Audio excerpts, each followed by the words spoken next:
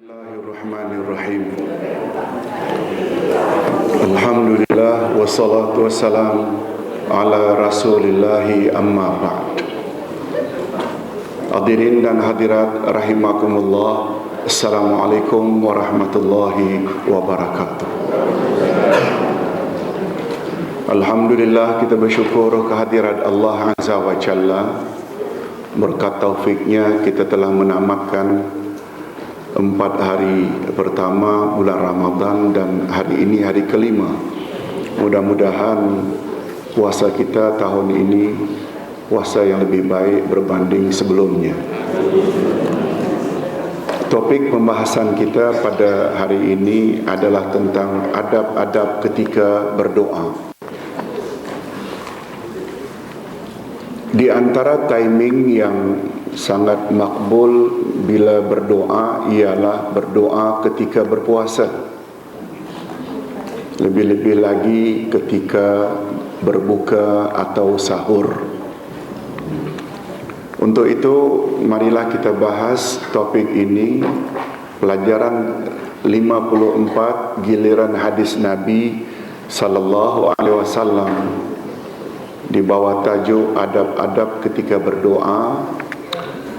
Tolong ikuti sabda Nabi. Qala Rasulullah sallallahu alaihi wasallam, ad-du'a'u huwal ibadah. Terjemahan hadis, sabda Rasulullah sallallahu alaihi wasallam, doa adalah ibadat. Hadis sahih riwayat Imam Bukhari.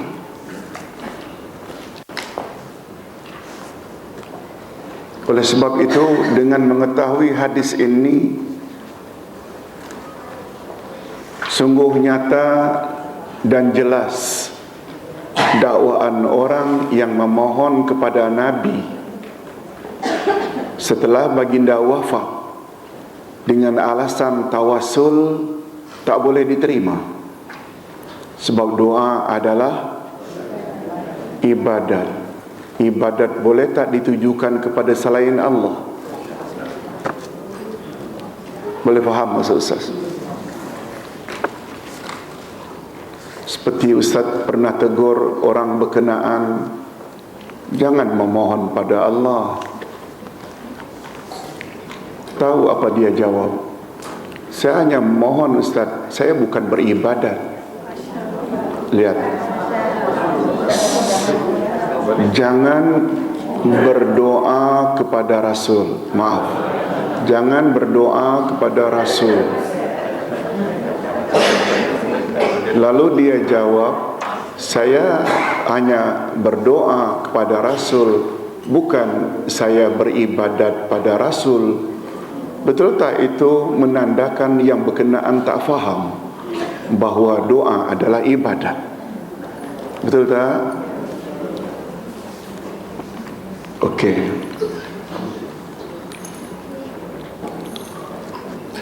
InsyaAllah jangan bimbang, minggu depan kita cuti. Tidak ada satu lagi kelas. Ya, lihat tu dah 2 kali salah. Maknanya next Monday itu kelas terakhir kita untuk sesi ini. Kita jumpa nanti insya-Allah bulan Ogos, kalau tak salah Ogos. Tolong ulang sekali lagi. Ad-du'a'u huwal ibadah. Rawahul Bukhari. Doa adalah ibadat. Hadis riwayat Imam Bukhari. Betul tak bila riwayat Bukhari hadisnya sahih? Kita teruskan. Karena pembahasan ini panjang, izinkan Ustaz menerangkannya dengan lebih cepat. Mukaddimah. Allah Subhanahu wa taala berfirman, A'udzubillahi minasyaitonir rajim. Wa idza sa'alaka 'ibadi 'anni fa inni qarib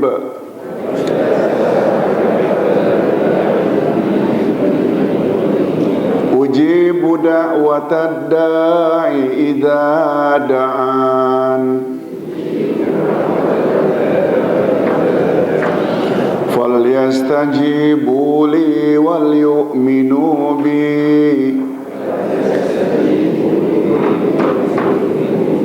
la'allahum yarshudun.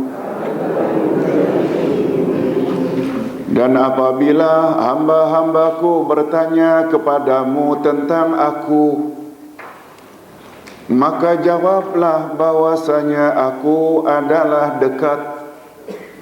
Aku mengabulkan permohonan orang-orang yang berdoa apabila ia memohon padaku, dan hendaklah mereka itu memenuhi segala perintahku, dan hendaklah mereka beriman kepadaku, agar mereka selalu berada dalam kebenaran.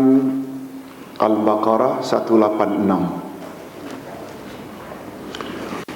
Doa termasuk salah satu jenis ibadat yang paling utama. Malah dalam satu hadis Nabi bersabda, walaupun hadis itu dinilai dhaif, tapi untuk pengetahuan kita, Nabi sampai gunakan istilah, tolong ikuti, ad-du'a'u mukhul ibadah. Doa adalah otaknya ibadat. Kalau otak itu bagi manusia bahagian yang paling penting, doa atau hadis itu memberi isyarat doa bukan sekedar ibadat, tapi dia boleh tak disenaraikan sebagai ibadat paling penting. Lagi tak boleh. Okey, Ustaz kuatkan. Doa termasuk tak ibadat. Macam mana kita dapat memahami isyarat ibadat, doa ibadat paling penting? Ustaz pernah sebut, cuma Ustaz ulang balik. Tolong ikuti. Iyyaka na'budu wa iyyaka nasta'in. Hanya kepada Engkau kami beribadat, dan hanya kepada Engkau kami memohon. Mengapa kami memohon diikuti setelah kami beribadat? Nah, untuk memahami perkara itu, tolong ikuti. Tanazzalul malaikatu warruhu fiha bi'izni rabbihim min kulli amr. Turunlah di malam Lailatul Qadar malaikat-malaikat dan Jibril dengan izin Tuhan mereka untuk mengatur segala urusan manusia. Ada tak kata-kata turunlah di malam Lailatul Qadar malaikat-malaikat dan Jibril? Ada tak Jibril? Mengapa Jibril disebut setelah malaikat-malaikat padahal Jibril malaikat? Karena Jibril adalah malaikat paling penting, ketua malaikat, penghulu semua malaikat. Tolong ikuti satu lagi dalil. Hafizu ala salawati wassalatil wusta. Peliharalah salat-salatmu dan salat yang di tengah. Nabi ditanya, apa maksudnya salat yang di tengah? Nabi jawab, salat asar. Maknanya, peliharalah salat-salatmu yang 5. Subuh, zuhur, asar, maghrib, isya, dan asar. Asar disebut sekali lagi. Betul tak asar salah satu dari salat yang 5? Mengapa diulang lagi asar? Karena asar paling penting dari yang 5. Begitulah lebih kurang Iyyaka na'budu wa iyyaka nasta'in. Hanya padamu kami berdoa, hanya kepadamu kami beribadat, dan hanya kepadamu kami berdoa. Memohon, menunjukkan berdoa atau memohon adalah jenis ibadat yang paling penting.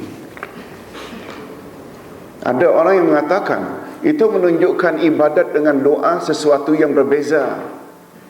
Itu orang yang tak belajar tafsir, orang tak faham. Kalau itulah dalil mereka, Jibril bukan jenis malaikat. Betul tak? Disebut Jibril setelah malaikat, menunjukkan Jibril bukan malaikat. Boleh diterima tak? Tak. Itu menunjukkan salat bukanlah salat yang diwajib daripada salat-salat yang 5. Tidak. Okey. Hadirin dan hadirat rahimakumullah. Kita teruskan dengan penjelasan. Doa termasuk salah satu jenis ibadat yang paling utama. Baginda Rasul sallallahu alaihi wasallam bersabda, doa adalah otak ibadat. Tadi Ustaz dah sebut. Cuma hadis ini dinilai oleh ulama hadis dhaif atau lemah. Tapi untuk menguatkan hadis sahih boleh tak? Boleh. Dan berdasarkan ayat di atas, semua doa pasti akan dikabulkan oleh Allah Subhanahu wa taala. Hanya saja yang perlu diingat bahawa Allah telah membuat beberapa syarat pada penghujung ayat tersebut agar doa kita dikabulkannya, iaitu yang pertama, kita mesti melaksanakan perintahnya. Yang kedua, kita mesti beriman kepadanya. Coba tolong tengok balik ayat berkenaan. Tolong ikuti. Falyastajibu li wal yu'minu bi.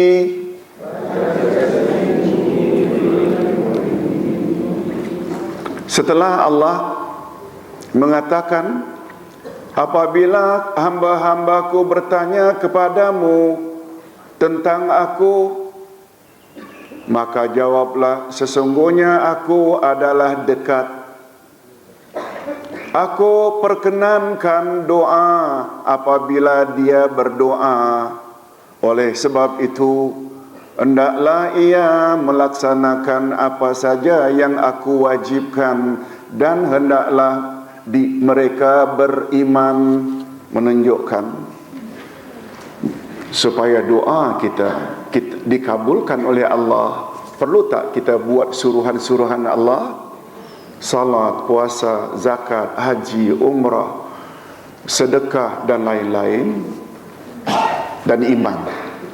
Itu maksudnya secara tidak langsung. Bila kita beramal dulu, betulkan iman, kemudian kita berdoa, maka doa kita akan lekas dikabulkan oleh Allah Azza wa Jalla. Nah, sekarang kita masuk kepada topik utama, adab-adab berdoa.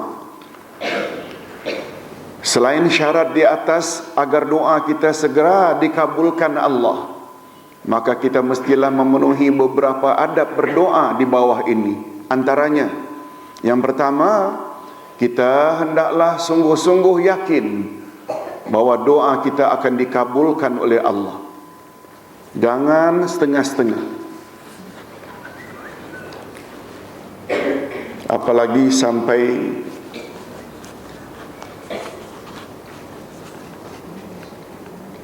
meletih.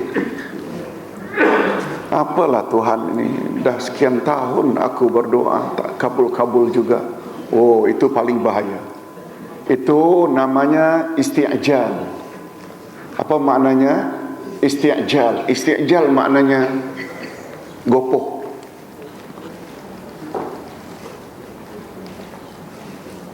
Dia tidak tahu bahawa pengkabulan ada 3 jenis. Kadang-kadang apa yang kita minta Allah bagi on the spot. Kadang-kadang kita minta Allah tangguhkan nantinya, bukan di sini. Yang ketiga, juga termasuk makna pengkabulan, bila apa yang kita minta Allah tak bagi. Mengapa Allah tak bagi? Sebab Allah tahu future. Bila dibagi akan lupa Tuhan. Betul tak itu semuanya membawa kebaikan untuk kita? Jangan buruk sangka dengan Allah. Allah Maha Bijak. Nah, untuk menguatkan pandangan ini atau syarat ini, tolong ikuti. Nabi Muhammad sallallahu alaihi wasallam bersabda dalam hadis riwayat Tirmizi dan Al-Hakim, dan hadis ini baik, yaitu hasan, bukan hadis lemah. Ud'ullaha wa antum muqinuna bil ijabah wa'lamu anna Allaha la yastajibu du'aan min qalbin ghafilin lahin. Berdoalah kamu kepada Allah sedangkan kamu benar-benar yakin akan dikabulkan, dan ketahuilah olehmu bahwa Allah Subhanahu wa taala tidak akan mengabulkan doa dari hati yang lalai dan tidak bersungguh-sungguh. Jadi ketika berdoa, kita kena yakin doa kita akan dikabulkan oleh Allah. Yang kedua syaratnya atau adabnya, hendaklah tekun, tidak terburu-buru. Itu yang kita sebut tadi dengan gopoh, isti'jal. Tolong ikuti sabda Nabi, hadis sahih riwayat Imam Muslim, la yazalu yustajabu lil abdi ma lam yad'u bi ismin au qati'ati rahimin ma lam yasta'jil. Qila ya Rasulullah famal isti'jal? Qala yaqulu qad da'awtu falam ara yustajab li fastahsiru 'inda dzalika wa yada'ud du'a. Rasul sallallahu alaihi wasallam bersabda, akan dikabulkan doa hamba selagi ia tidak berdoa dengan dosa atau memutuskan silaturahim, selama dia tidak isti'jal. Jadi syaratnya bukan dia berdoa dalam perkara dosa, bukan pula dia orang yang suka memutuskan silaturahim, dan pada masa yang sama dia tidak isti'jal. Lalu baginda ditanya oleh sahabat, ya Rasulullah, apakah yang dikatakan isti'jal itu? Maka jawab Nabi, dia berkata atau dia berdoa, sungguh aku telah berdoa tetapi tidak juga dikabulkan. Lalu ia menyesal dan akhirnya dia tidak berdoa lagi. Nah, akhirnya dia tinggalkan, tak mau berdoa. Kononnya mengapa Allah tidak kabulkan juga? Sebenarnya Allah tidak kabulkan itu on the spot, ada hikmahnya tak? Dia terlalu terburu-buru.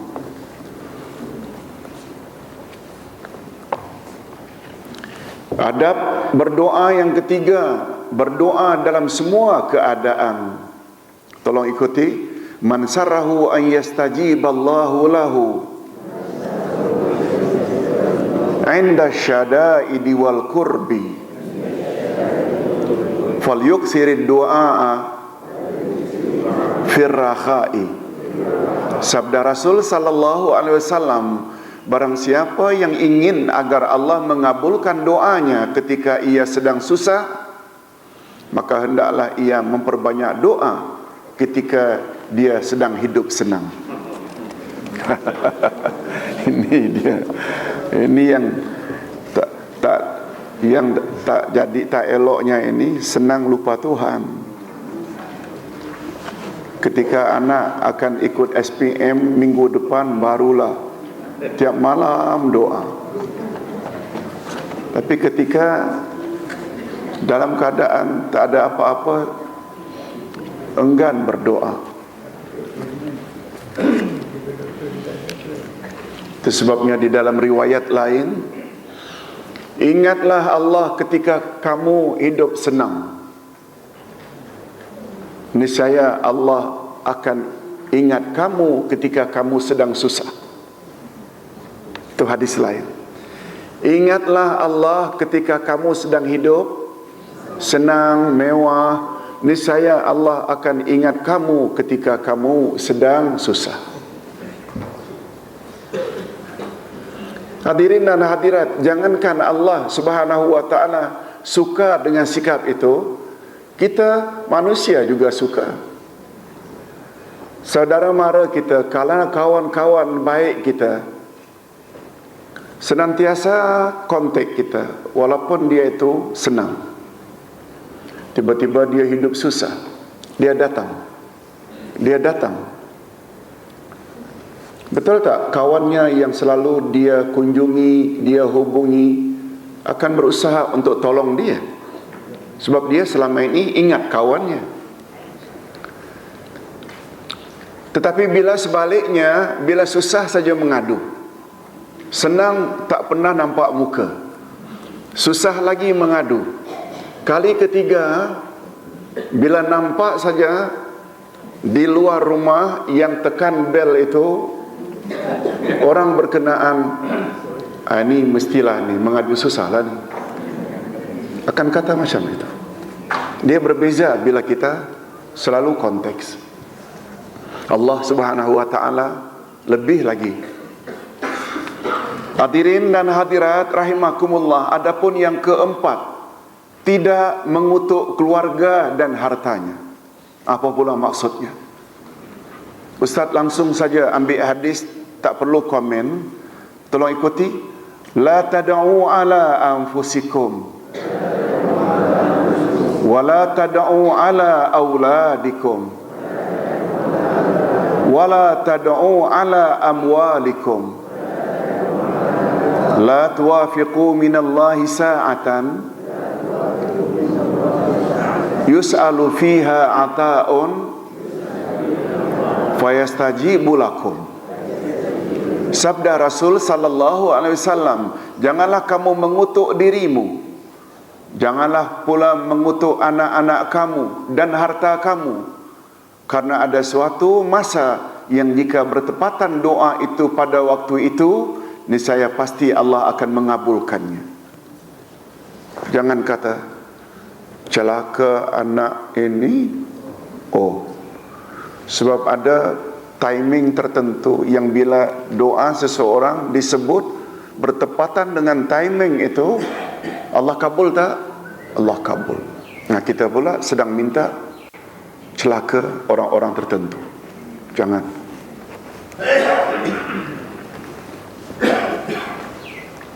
Yang kelima, jangan memohon kepada selain Allah. Ini semakin jelas. Qala Rasulullah sallallahu alaihi wasallam libni Abbas radhiyallahu anhuma, ya gulam, idza sa'alta fas'alillah wa idza ista'anta fasta'in billah. Maksudnya, sabda Rasul sallallahu alaihi wasallam kepada Abdullah bin Abbas radhiyallahu anhuma, wahai anakku, jika engkau meminta, maka mintalah kepada Allah. Jika engkau memohon pertolongan, maka mohonlah pertolongan kepada Allah. Hadis hasan riwayat Imam Tirmizi. Sebenarnya hadis ini potongan dari hadis panjang. Bagus juga Ustaz sebut di sini. Pada suatu hari Nabi panggil seorang pemuda yang bernama Ibnu Abbas, atau nama lengkapnya Abdullah bin Abbas radhiyallahu anhuma, sepupu Nabi. Abbas dengan Abdullah, bapa Nabi, adik-beradik. Jadi Abdullah bin Abbas, Muhammad bin Abdullah, betul tak cousin?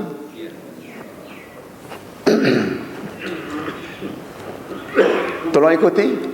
Ya ghulam, ihfazillah yahfazka, ihfazillah tajidhu amamak, wa iza sta'anta fasta'in billah. Anak muda, peliharalah Allah, niscaya Allah pelihara kamu. Peliharalah Allah, niscaya kamu dapati Allah berada di depan. Dan apabila kamu ingin meminta atau memohon pertolongan, maka memohonlah pertolongan direct pada Allah. Itu sambungannya. Kata Imam An-Nawawi, makna peliharalah Allah, niscaya Allah pelihara kamu. Dengan makna apa? Dengan memelihara hukum hakam Allah. Hukum syarak kan ada 5. 2 suruhan, apa dia? Wajib sunat. 2 larangan, haram makruh. 1 boleh, harus. Betul tak ini namanya hukum Allah atau hukum syarak? Peliharalah hukum Allah, itu maksudnya peliharalah Allah. Jangan terbayang oleh kita pelihara Allah macam kita pelihara arnab. Perlu kasih makan, perlu kasih minum, dana. Itu sebabnya perlu kepada rujukan pakar hadis Imam An-Nawawi dalam hadis sahih riwayat Imam Muslim, ketika beliau ulas makna pelihara Allah, peliharalah hukum hakam Allah. Niscaya Allah akan pelihara kamu. Itu sebabnya Ustaz cukup tertarik dengan kandungan WhatsApp yang barangkali majoriti kita terima WhatsApp itu, iaitu gambaran di belakang bas di London. Ada baca? Gambar pisau, di bawahnya Ismail.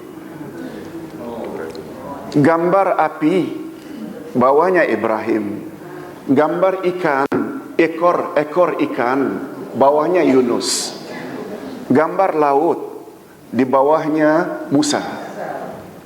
Boleh faham itu maksudnya?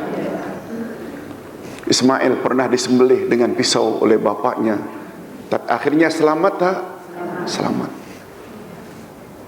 Nabi Ibrahim pernah dilempar dalam api, akhirnya selamat tak? Selamat. Karena mereka semua jaga Allah. Nabi Yunus selamat tak? Selamat. Nabi Ibrahim selamat daripada api karena beliau sebelum dilempar oleh Namrud baca doa mohon pada Allah. Semuanya mohon pada Allah. Hasbiyallah wa ni'mal wakil, ni'mal maula wa ni'man nasir. Cukuplah Allah sebagai pelindung dan Allah adalah sebaik-baik penolong. Begitu dilempar, Allah beri arahan pada api, ya nar, sambung, kuni bardan wasalaman ala Ibrahim. Wahai api, sejuklah kamu dan selamatkan Ibrahim. Nabi Yunus karena meninggalkan kaumnya kecewa, yang sepatutnya tak boleh tinggalkan kaum tanpa izin Allah. Beza tak Nabi Yunus punya nasib dengan nasib Nabi Muhammad meninggalkan Mekah ketika hijrah? Beza tak? Nabi Muhammad betul tak dalam perlindungan? Karena atas arahan Allah hijrahnya. Yunus kecewa, akhirnya menyeberang lautan ikut bahtera, dilanda ribut. Dan mau tak mau ada dia passenger kena buang. Undi, supaya adil undi dulu. Tiba-tiba yang perlu dibuang ini yang namanya Yunus. Karena orang tahu dia Nabi, undi lagi. Yunus lagi keluar. Undi kali ketiga, Yunus lagi. Yunus kata, buanglah aku. Ini teguran Allah. Ditegur, maaf, dibuang, ditelan oleh ikan sampai ke dasar laut. Betul tak ini bukan kisah bohong? Betul tak semua ini ada dalam Quran? Di dalam kedalaman, di dasar laut, Yunus berdoa, la ilaha illa anta subhanaka inni kuntu minaz zalimin. Tidak ada Tuhan yang berhak disembah melainkan Engkau, ya Allah. Maha suci Engkau, sesungguhnya aku termasuk orang-orang yang telah menganiaya diri. Beliau faham. Sama tak dengan lebih kurang doa Nabi Adam dan Siti Hawa setelah makan buah larangan, Rabbana zalamna anfusana. Bila kita lihat semua permohonan para nabi kepada siapa? Akhirnya Allah beri arahan pada ikan supaya timbul dan muntahkan Yunus ke tepi pantai. Begitu juga Nabi Musa. Allah suruh Musa agar memukul tongkatnya ke laut. Betul tak laut terbelah dua, akhirnya selamat Musa dengan Bani Israel, dan pada masa yang sama musuh mereka tenggelam. Komen yang cantik di bawahnya itu, apa dia berbunyi? Be with Allah and Allah will protect you. Betul ke pronunciation-nya? Be with Allah. Hendaklah bersama Allah senantiasa. Betul tak bersama Allah senantiasa buat suruhannya, jauhi larangannya?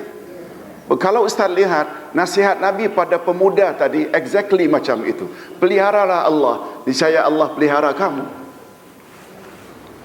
Ini yang Ustaz sebutkan dalam sembang santai bersama Ustaz dengan 3 komuniti di Sungai Besi, para remaja.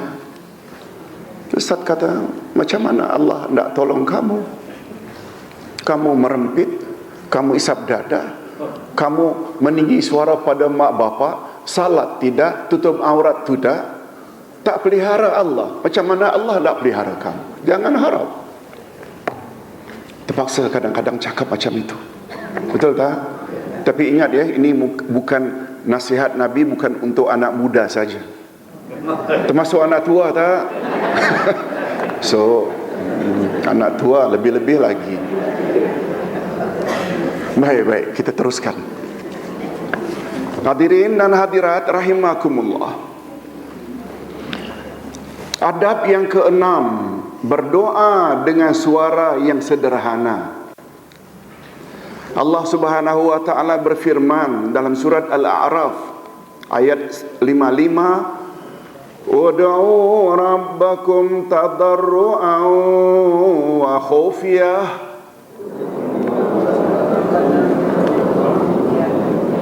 Innahu la yuhibbul mu'tadin.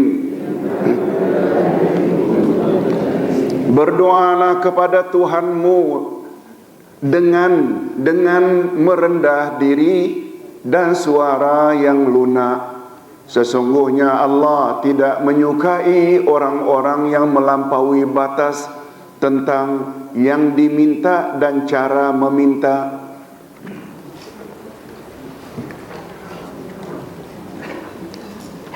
Ini sesuai dengan sabda Nabi, tolong ikuti, khairul umur awsatuha. Sebaik-baik perkara adalah pertengahan. Jangan terlalu tinggi, jangan pula sampai tidak keluar suara. Sederhananya. Rasul sallallahu alaihi wasallam bersabda, "Irba'u ala anfusikum. Innakum la tad'una asamma wala ghaiba. Innakum tad'una sami'an basira."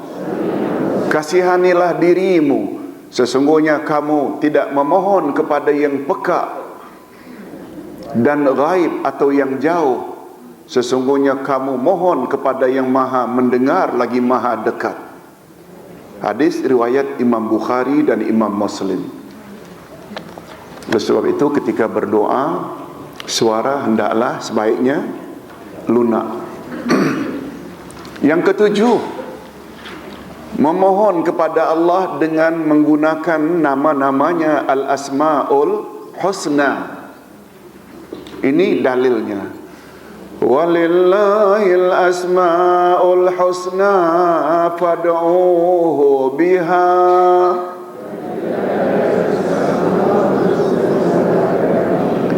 Wadharul ladzina yulhiduna fi asma'ih.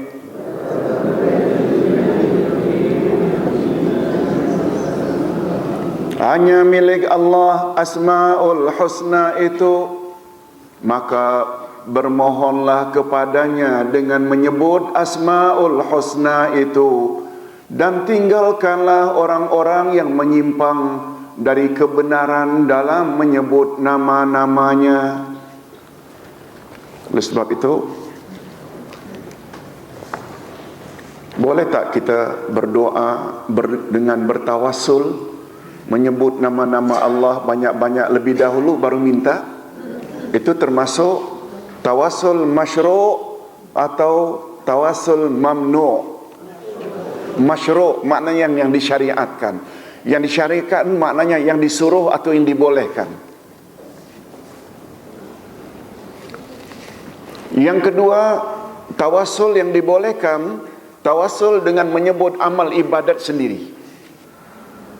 Kalau dalam surat Al-Fatihah, tawassul dengan menyebut nama-nama Allah, 2 pada Bismillahirrahmanirrahim, 2 pada Alhamdulillahirabbil alamin. Allah Rabb, 2 lagi Ar-Rahmanir-Rahim, dan 1 di dalam Maliki Yaumiddin. 7 nama Allah disebut dulu sebelum meminta tunjuki kami jalan yang lurus.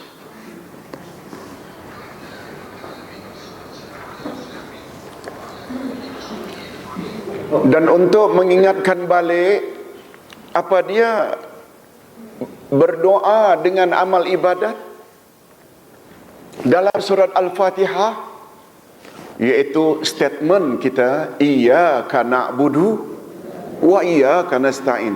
Hanya pada Engkau saja kami beribadat dan hanya kepada Engkau saja kami memohon. Betul tak kita menyatakan beribadat dan berdoa hanya pada Allah? Allah suka tak? Allah suka. Itu namanya bertawassul dengan ibadat sendiri. Nah, ada satu lagi yang terakhir, tawassul masyru' yang terakhir. Ada yang boleh atau ingat? Ini yang selalu datang ke depan ini minta tolong doa, Ustaz, saya enggak. Apa dia? Minta tolong seseorang yang masih hidup. Syaratnya masih hidup, doa untuk pihak kita. Boleh tak? Boleh. Ini namanya bertawassul melalui doa-doa orang-orang saleh. Boleh tak? Ustaz baru-baru ini jumpa seorang jemaah dari luar Kuala Lumpur. Dia nak jumpa. Okeylah, suatu hari jumpa. Rupanya dia termasuk salah seorang follower yang tak pernah jumpa, tapi saban hari jumpa dalam YouTube.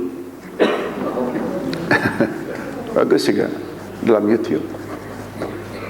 Lalu dia memberitahu bahawa dia belajar juga di negerinya dengan Ustaz Anu. Sampai bab tawassul, ustaznya kata, Ustaz, saya kata tak boleh bertawassul kepada orang lain walaupun orang itu masih hidup.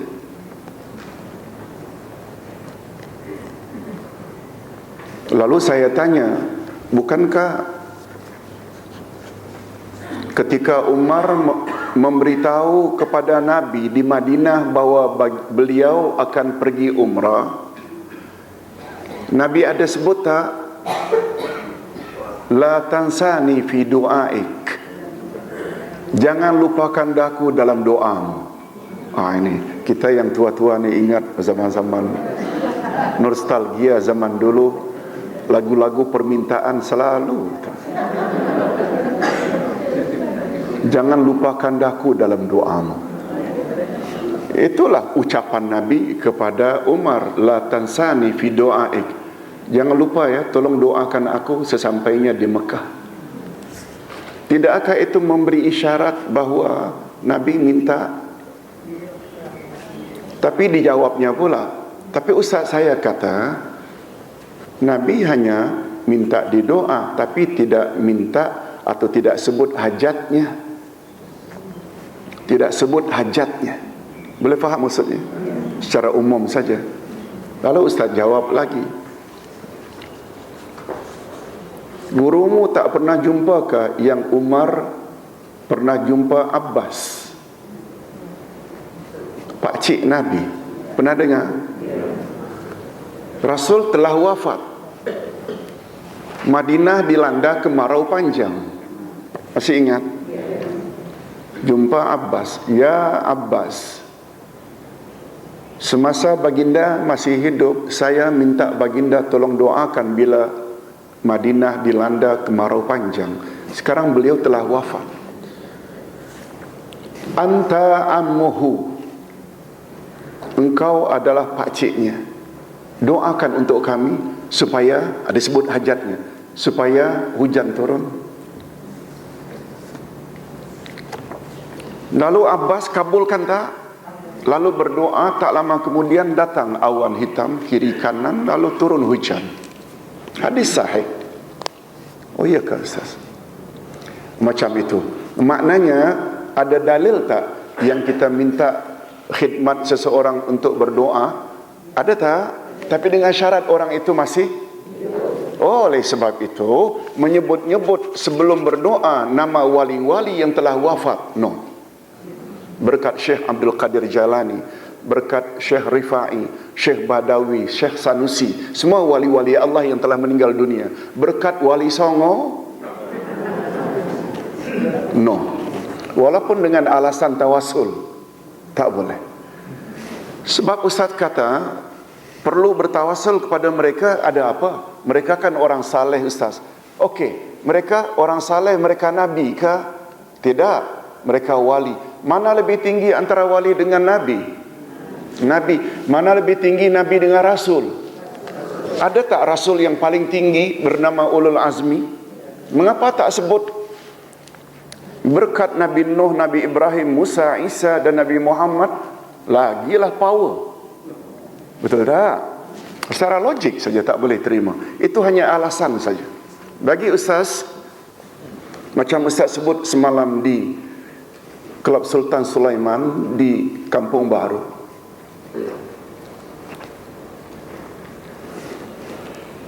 tolong ikuti. Al-ibrah bil haqa'iq la bil asma. Yang jadi ukuran di sisi Allah adalah hakikat sesuatu, bukan pada nama atau panggilan. Umpamanya ada minuman yang memabukkan, kita masuk dalam tin Pepsi, tin Coca-Cola, tin 7-Up, minum kawan-kawan, anggap saja itu kan namanya 7-Up, itu namanya Coca-Cola, Pepsi. Atau di dalam apple juice yang mirip-mirip, colornya macam itu, dipanggil sajalah apple juice, tapi memabukkan. Hukumnya haram tak? Itu maksud kaedah tadi. Yang jadi ukuran di sisi Allah hakikat sesuatu, bukan pada nama. A dan B panggil, B sinilah. Ada sesuatu yang aku nak cakapkan. Kita bukan mengata ya. Kita bukan mengumpat. Kita hanya nak cakap hal saja. Si itu begini. Kita bukan mengumpat ya. Aku nak cakap sekali lagi. Kita bukan mengumpat. Kita nak cakap hal sahaja. Mengumpat tak tu? Empatlah tu. Yang jadi ukuran bukan nama, tapi hakikat. Hadirin dan hadirat, coba dengar apa hakikat mengumpat. Tolong ikuti. Pada satu hari Nabi tanya sahabat, atadruna haqiqatal ghibah? Tahu tak kamu sekalian apa itu hakikat mengumpat? Haqiqatal ghibah. Jawab sahabat, Allahu wa rasuluhu a'lam. Hanya Allah dan Rasul saja yang lebih tahu. Lalu Nabi jawab, zikruka akhaka bima yakrah. Engkau menyebut tentang keburukan seseorang yang bila dia dengar, dia marah. Lalu sahabat tadi itu bertanya lagi. Barangkali memang sahabat itu kaki ngumpat. Macam mana ya Rasulullah bila kita ceritakan keburukan dan keaiban itu memang ada padanya? Coba dengar jawaban Nabi. Bila engkau ceritakan tentang dia, yang keburukan dia itu, dia pembohong ke, dia tidak amanah ke, dia, memang sifat itu ada padanya, itulah yang namanya mengumpat. Tapi bila engkau ceritakan tentang dia, sifat itu kau reka-reka, itu namanya buhtan, yang dalam bahasa kita fitnah. Allahu Akbar. Itu sebabnya mengumpat, no way, tak boleh, kecuali atas sebab-sebab tertentu. Namanya kita mengumpat tak Namrud, kalau dia telah berbuat jahat melempar Ibrahim ke dalam api. Nah, itu pengajaran. Kita lihat, kita sebut umpamanya penyelewengan atau kejahatan Abu Lahab, boleh tak? Itu maksudnya dengan tujuan pengajaran. Baik, hadirin dan hadirat, contoh-contoh tadi Ustaz sebut, sebab ada orang yang mengatakan berdoa menyebut Nabi kepada Nabi dengan maksud tawasul. Nah, itu yang ulama akidah tolak istilah tawasul. Untuk sebab baginda telah wafat. Ketika baginda masih hidup, boleh tak kita minta tolong doa? Boleh. Tapi setelah wafat, no. Hadirin dan hadirat rahimakumullah, Rasulullah sallallahu alaihi wasallam pernah mendengar seorang lelaki berdoa dalam tasyahudnya. Maknanya selesai Hamidum Majid, tahiyat akhir, beliau sambung dengan doa ini. Tolong ikuti. Allahumma inni as'aluka ya Allahul ahadus samad, lam yalid wa lam yulad wa lam yakul lahu kufuwan ahad, antaghfira li dzunubi innaka antal ghafurur rahim. Ya Allah, sesungguhnya aku memohon kepadamu ya Allah yang Maha Esa, lagi tempat meminta, yang tidak beranak dan tidak pula diperanakkan, dan tidak serupa dengan seorang jua pun. Kiranya engkau ampunkanlah segala dosaku, sesungguhnya engkau Maha Pengampun lagi Maha Penyayang. Lalu apa komen Nabi? Lalu sabda Nabi, sesungguhnya dia telah diampuni, sesungguhnya dia telah diampuni. Diulang 2 kali oleh Nabi, menunjukkan Nabi setuju tak doa seperti itu. Dan doa seperti ini kita boleh tak amalkan dalam sujud? Boleh tak? Boleh tak? Setelah tahiyat akhir, boleh tak? Ini 2 timing yang sangat makbul ketika berdoa. Dalam sujud boleh, apa sebab? Karena bukan ayat Quran, hadis Nabi. Boleh tak? Yang tak boleh kita kata Quran. Jangan kamu baca Quran ketika rukuk dan sujud. Mengapa Quran dilarang dibaca ketika rukuk dan sujud? Sebab ketika itu posisi kita dalam keadaan rendah. Tidak wajar untuk Quran yang maha tinggi, kalamullah. Okey, Ustaz harapkan semua kita tanpa kecuali hafalkan doa ini dan amalkan setiap malam. Tarawih, witir, dalam sujud, tahiyat akhir, baca ini. Boleh tak? Boleh, insya-Allah. Sebab doa ini termasuk tak doa yang direkomend oleh Nabi sebagai doa yang sangat bagus? Boleh tak Ustaz katakan doa ini termasuk tak doa sambil bertawassul dengan nama-nama Allah? Boleh tak? Al-Ahadus Samad, lam yalid walam yulad walam yakul lahu kufuwan ahad. Apalagi suratul Ikhlas memang surah yang paling istimewa. Yang ke-8, doa atau adab berdoa, iaitu mengaku berdosa.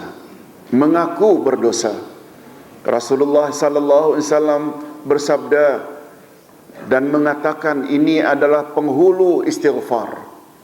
Tolong ikuti. Allahumma anta rabbi la ilaha illa anta khalaqtani wa ana abduk wa ana ala ahdika wa wa'dika mastata'at a'udzu bika min syarri ma sana'at abu'u laka bi ni'matika alayya wa abu'u bi dhanbi faghfir li fa innahu la yaghfiru dzunuba illa anta. Ya Allah, Engkau Tuhanku, tiada Tuhan yang berhak disembah kecuali Engkau. Engkau telah menciptaku dan aku hamba-Mu, dan aku terikat dengan janji-Mu semampu yang aku boleh laksanakan. Aku memohon perlindungan kepada-Mu dari kejahatan yang aku lakukan. Nah, poin ini, ada tak unsur pengakuan yang kita telah buat dosa? Yes. Aku memohon perlindungan kepada-Mu dari kejahatan yang aku lakukan. Aku mengakui bahawa semua nikmat yang Engkau berikan padaku adalah milik-Mu. Dan aku mengakui terhadap dosa-dosa aku.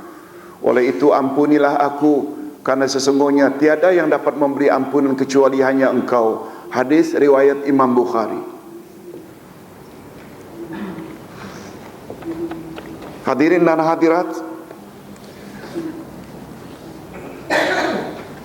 pengakuan kita bahwa kita banyak dosa dan tidak ada yang mampu memberi ampunan kecuali Allah. Allah Subhanahu wa ta'ala sangat suka.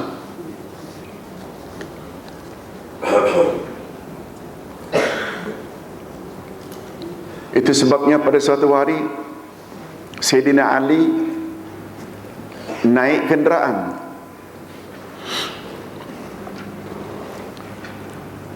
Lalu Sayyidina Ali baca doa naik kenderaan.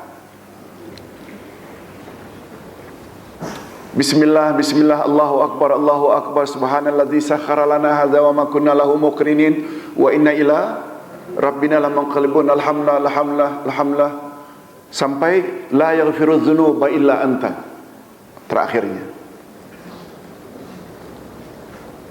Begitu sampai bahagian itu, fa innahu la yaghfiru dzunuba illa anta, tidak ada yang dapat memberi ampunan kecuali hanya Engkau ya Allah. Itu maknanya Nabi ketawa. Nabi yang di samping Ali tertawa. Ali tanya, mengapa Tuan ketawa? Aku diberitahu oleh Jibril ketika engkau baca ungkapan yang terakhir itu, bahwa tidak ada yang punya kuasa memberi ampunan kecuali Allah. Malaikat beritahu aku, ketika itu Allah ketawa. Hadirin dan hadirat,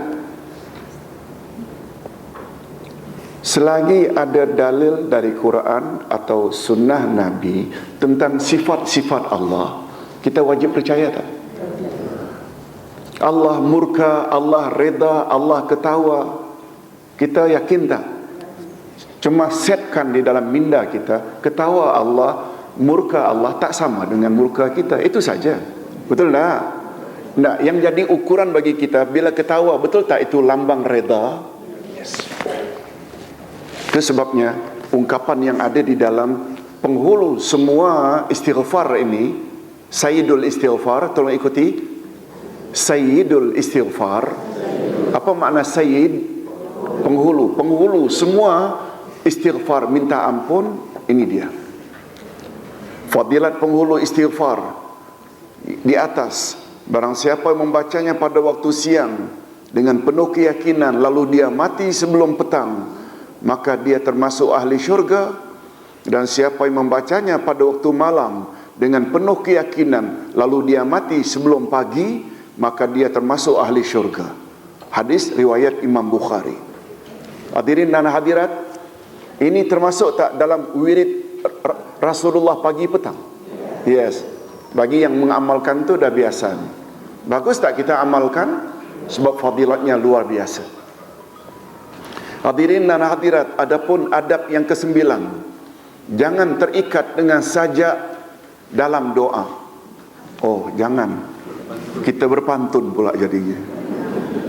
Ibnu Abbas menasihatkan sahabat-sahabatnya, tolong ikuti, fanzuri saja'a minad doa fajtanibhu fa inni ahidtu Rasulullah sallallahu alaihi wasallam wa ashabah la yaf'aluna illa zalik, yakni la yaf'aluna illa zalikal ijtinab. Jauhilah sajak ketika kamu berdoa, karena Rasulullah dan para sahabat tidak melakukannya perkara tersebut. Hadis sahih riwayat Imam Bukhari. Kecuali bila datangnya memang bersajak. Tolong ikuti. Allahumma inni a'udzubika min ilmin la yanfa' wa min qalbin la yakhsha' wa min ainin la tadma' min du'ain la yusma'. Lihat tu a di belakang. Datang dari Nabi, okey lah. Kalau tidak datang, jangan tak dicari-cari. Maknanya, ya Allah, kami mohon perlindungan kepadamu daripada ilmu yang tak berguna, daripada hati yang tidak khusyuk, daripada nafsu yang tak pernah kenyang, daripada mata yang tidak mengalir air mata penyesalan, dan dari doa yang tidak dikabulkan. Bahasa kita tidak bersajak lah, tapi dalam bahasa Arab sepertinya bersajak. It's okay. Seperti Allah ada sebut, Rabbana atina fid dunya hasanah wa fil akhirati hasanah wa qina azaban nar. Ternyata tidak, yang terakhir itu tidak. Okey. Yang ke-10, berdoa dengan khusyuk dan merendah diri. Allah berfirman dalam hal ini, wazkur rabbaka fi nafsika tadarruan wa khifah wa dunal jahri minal qaul bil ghuduwi wal asal wa la takum minal ghafilin. Dan sebutlah nama Tuhanmu dalam hatimu dengan merendah diri dan rasa takut, dan dengan tidak mengeraskan suara di waktu pagi dan petang, dan janganlah kamu termasuk orang-orang yang lalai. Al-A'raf 205. Selain itu Allah juga berfirman pada ayat 90 Al-Anbiya, kanu yusari'una fil khairat wa yad'unana raghaban wa rahaba wa kanu lana khashi'in. Sesungguhnya mereka adalah orang-orang yang selalu bersegera dalam mengerjakan perbuatan-perbuatan yang baik, dan mereka berdoa kepada kami dengan harap dan cemas, dan mereka adalah orang-orang yang khusyuk kepada kami. Yang ke-11, oh banyak rupanya, ini banyak lagi, sampai 19, 20. Boleh kita teruskan? Ya, alang-alang 10 minit lagi insya-Allah kita rehat. bertaubat dan menjauhkan diri dari segala bentuk dosa. Itu juga termasuk adab-adab berdoa. Rasulullah sallallahu alaihi wasallam berkata tentang seorang lelaki yang mengangkat kedua tangannya ke langit sambil berdoa, "Ya Rabbi, ya Rabbi, wa mat'amuhu haramun, wa malbasuhu haramun, wa ghudza bil harami, fa anna yustajabulah."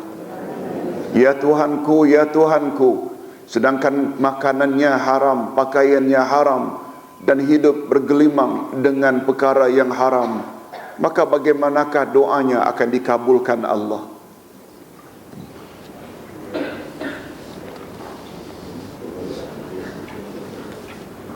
Hadirin dan hadirat, pengajaran dalam ayat ini atau dalam hadis ini kita dah bahas dalam Al-Asma'ul Husna. Ceritanya macam ini. Ini berlaku di zaman Nabi Musa. Berlaku pada zaman siapa? Lalu diceritakan oleh Jibril kepada Nabi Muhammad sallallahu alaihi wasallam. Pada suatu hari Nabi Musa jumpa seseorang yang pakainya lusuh. Dia musafir, rambutnya kusut masai, mukanya berdebu, mengangkat tangan sambil berkata, "Ya Rabb, ya Rabb," dengan mengangkat tangan.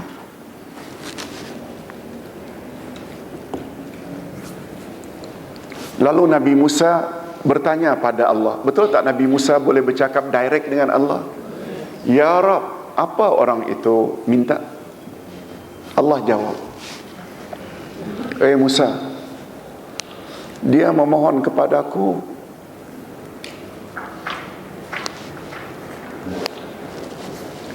tetapi sayangnya makanannya haram, pakaiannya haram,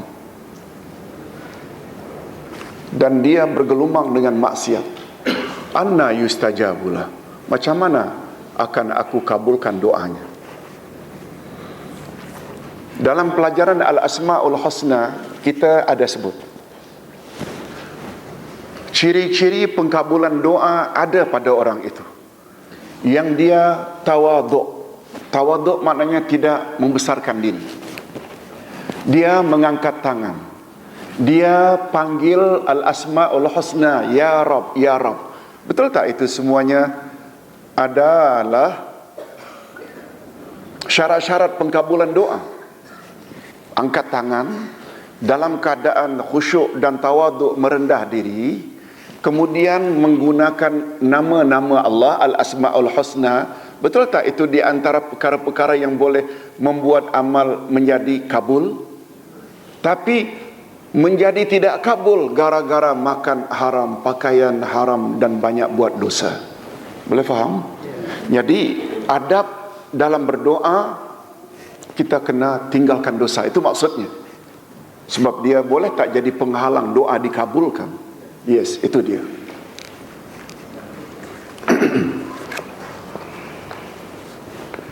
Yang ke-12, berdoa dengan amal saleh. Agar doa kita lekas dikabulkan oleh Allah, maka kita boleh berdoa kepadanya sambil bertawassul dengan amal saleh yang pernah kita lakukan. Allah sangat suka kita menyebut-nyebut amal saleh kita kepadanya. Bila amal saleh kita sebutkan pada Allah, termasuk riak tak? Tak. Ini namanya tawassul dengan amal saleh. Yang namanya riak bila kita suka menceritakan kepada sesama kita. Dalam hadis sahih riwayat Imam Bukhari dari Muslim, diceritakan tentang 3 orang yang masuk ke dalam gua karena hujan lebat. Mereka terkurung di dalamnya karena batu besar yang jauh yang jatuh dari atas gunung menutup pintu gua tersebut. Mereka berdoa kepada Allah sambil menyebut amal saleh masing-masing. Doa mereka makbul dan akhirnya mereka selamat. Pernah dengar cerita ini? 3 orang musafir ditimpa hujan lebat. Mereka berlindung masuk dalam gua. Karena lebatnya hujan, batu besar dari atas gunung jatuh, betul-betul menutup pintu gua yang kecil. Akhirnya mereka bertiga menolak, tak mampu. Sedangkan bekalan makanan sedikit, boleh mati dalam gua. Berdoalah yang pertama, ya Rabb,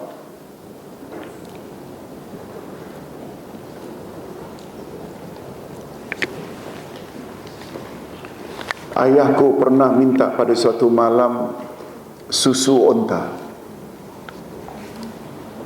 Lalu susu onta tak ada, aku terpaksa cari di luar rumah. Ringkasnya, dapat tak dapat sudah larut malam. Aku balik, ayah dah tidur. Aku duduk di kepala ayah, menunggu ayah bangun untuk aku persembahkan susu yang dia inginkan. Kalau itu aku lakukan semua semata-mata mengharap redamu, tolonglah kami. Langsung batu bergerak. Maknanya kabul tak? Masih lagi tidak boleh keluar karena kecil. Berdoa yang kedua, ya Rabb, dulu aku pernah meminang anak pakcikku, lalu pinanganku ditolak karena aku tidak punya kekayaan.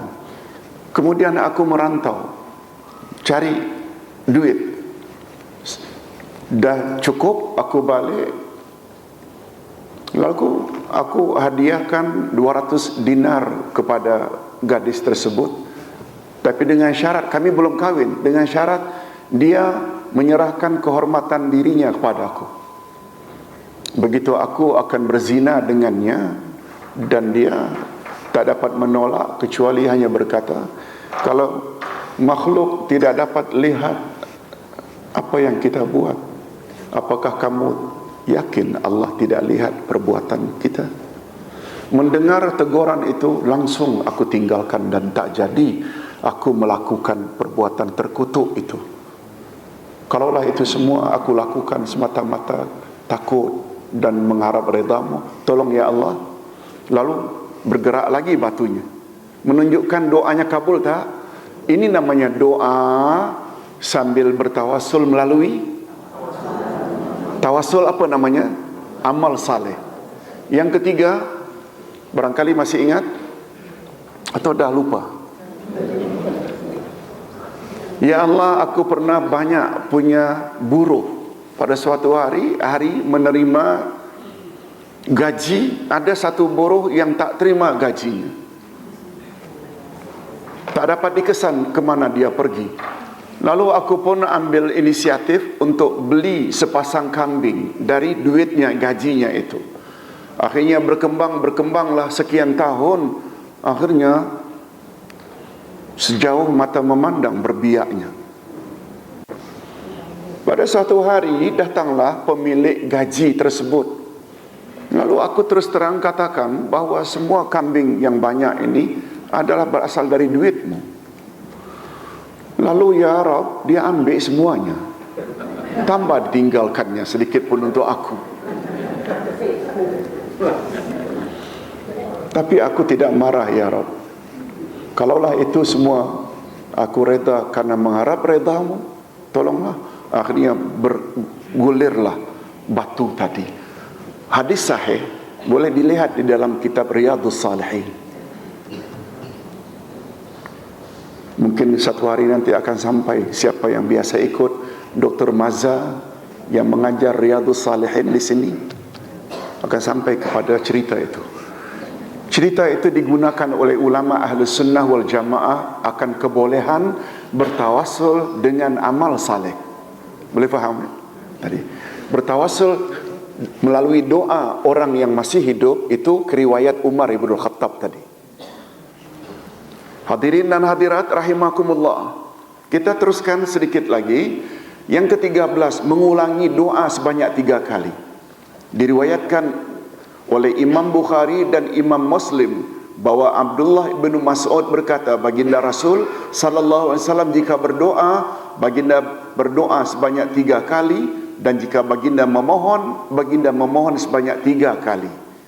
Bagus tak kita ulang-ulang, terutama doa-doa yang special. Oh, doa-doa yang kita sangat harap agar Allah kabulkan, kita ulang 3 kali. Boleh tak? Boleh. Malah itu termasuk di antara adab-adab berdoa. Yang ke-14, bersalawat kepada Nabi. Tolong ikuti sabda Nabi, kullu du'ain mahjubun hatta yusalla 'alan nabi. Tiap-tiap doa akan terhalang sehingga dia bersalawat kepada Nabi sallallahu alaihi wasallam. Hadis hasan. Yang ke-15, menghadap kiblat, daripada Abdullah bin Mas'ud. Izinkan Ustaz baca saja ya untuk menghemat masa. Boleh? Nabi Muhammad sallallahu alaihi wasallam menghadap ke arah Kaabah. Lalu baginda berdoa mengutuk beberapa orang dari golongan Quraisy. Hadis Bukhari dan Muslim. Walaupun ini bukan wajib, tapi termasuk tak adab dalam berdoa menghadap kiblat? Yes. Sebab apa? Doa termasuk ibadat tak? Dan semua ibadat sebaiknya menghadap ke arah kiblat. Yang ke-16, mengangkat kedua-dua tangan. Abdullah bin Umar radhiyallahu anhuma berkata, Nabi Muhammad sallallahu alaihi wasallam mengangkat kedua-dua tangannya, lalu baginda berdoa, ya Allah, aku berlepas diri kepadamu dari apa yang dilakukan oleh Khalid. Beliau ulang sampai 2 kali. Hadis riwayat Imam Bukhari. Khalid ini nih di antara pembesar Quraisy yang sangat keras. Ini setaraf dengan Abu Jahal, Abu Lahab semuanya. Nabi mengangkat tangannya. Hadis riwayat Bukhari. Hadis lain pula berkata Abu Musa, kemudian baginda Rasul sallallahu alaihi wasallam mengangkat kedua-dua tangannya, lalu beliau berdoa, ya Allah, ampunlah dosa Ubaid bin Amir, dan aku melihat keputihan ketiak baginda. Hadis riwayat Imam Bukhari. Maknanya baginda berdoa, betul tak, mengangkat tangan agak tinggi sehingga nampak keputihan ketiak baginda, ibtai.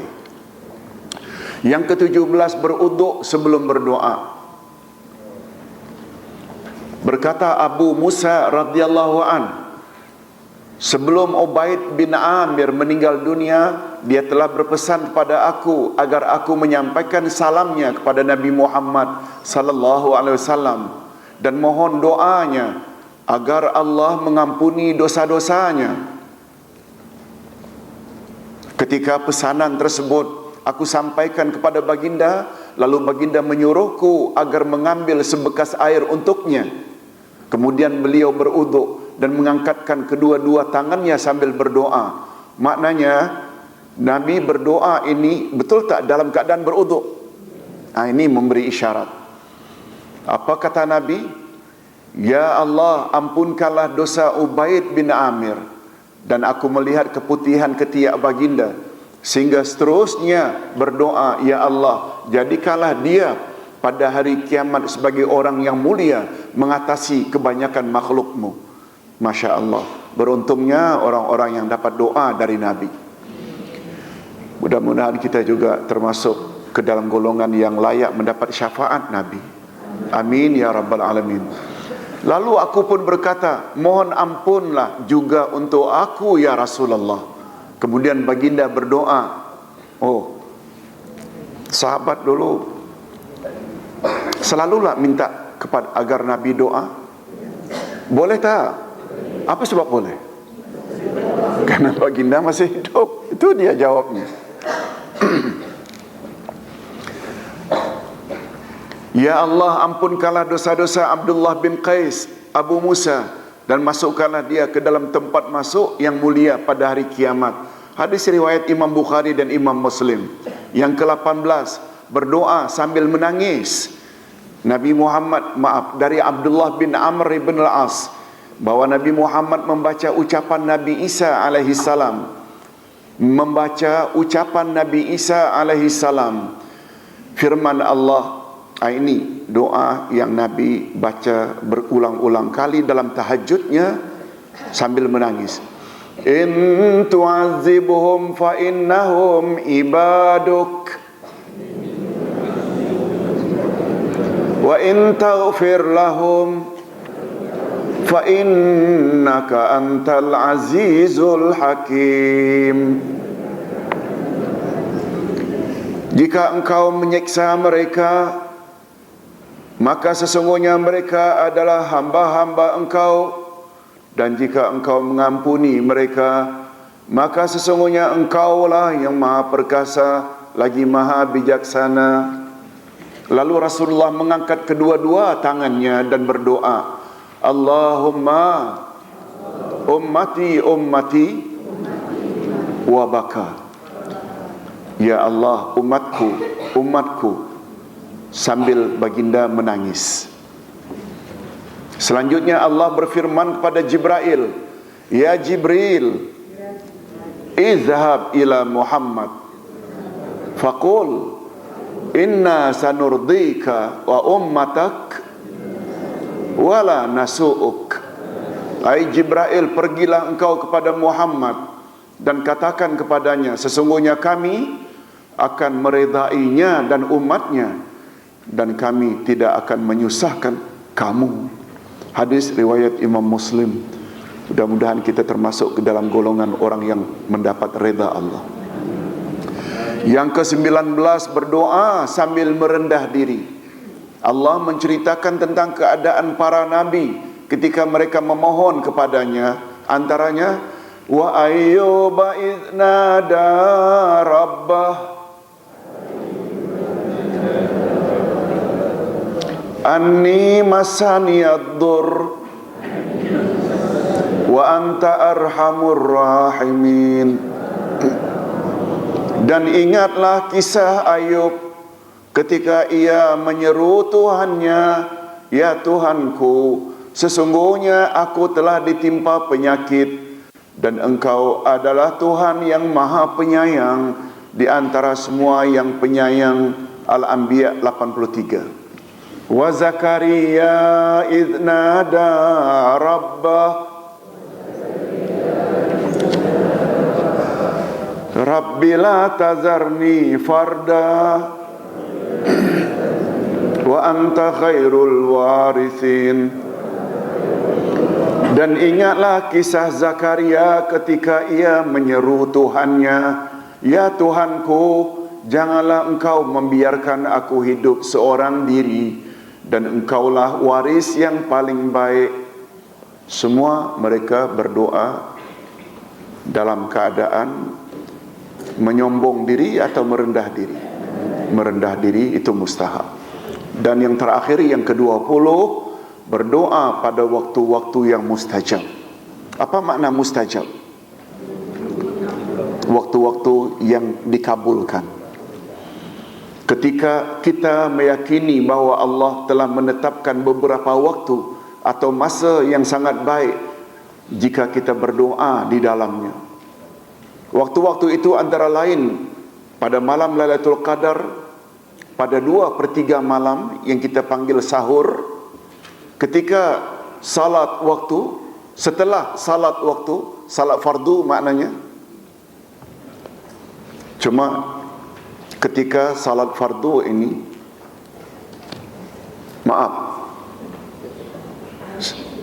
setelah salat fardu maknanya ada dua. Apa makna dua?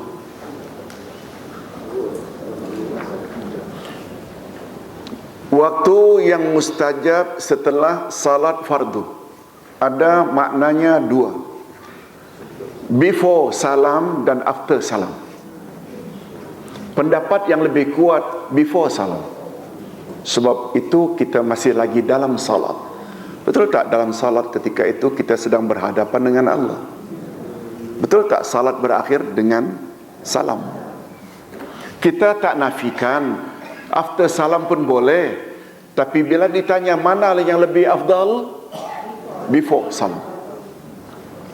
Itu sebabnya Nabi Muhammad sallallahu alaihi wasallam bersabda, apabila kamu selesai membaca tahiyat akhir, fas'alullaha ma syi'tum. Tolong ikuti, fas'alullah ma syi'tum. Mintalah kepada Allah apa saja yang kamu inginkan. Komen ulama hadis, hal-hal yang berkaitan dengan akhirat, hal-hal yang berkaitan dengan dunia. Boleh tak? Boleh. Minta ampunan Allah, minta hidayah, minta kekayaan, minta kesehatan, minta anak cucu agar saleh dan salihah. Semua boleh. Fas'alu ma syi'tum. Okey. Hadirin dan hadirat rahimakumullah. Rasulullah sallallahu alaihi wasallam pernah ditanya. Tolong ikuti. Ayud du'ai asma'. Qala jawful lailil akhir wa duburus salawatil maktubah. Doa manakah yang paling didengar atau diterima? Jawab baginda, doa akhir malam dan setelah salat fardu. Nah, setelah salat fardu tadi ada berapa makna? Ya, yaitu sebelum salam atau sesudah salam. Hadirin dan hadirat rahimakumullah.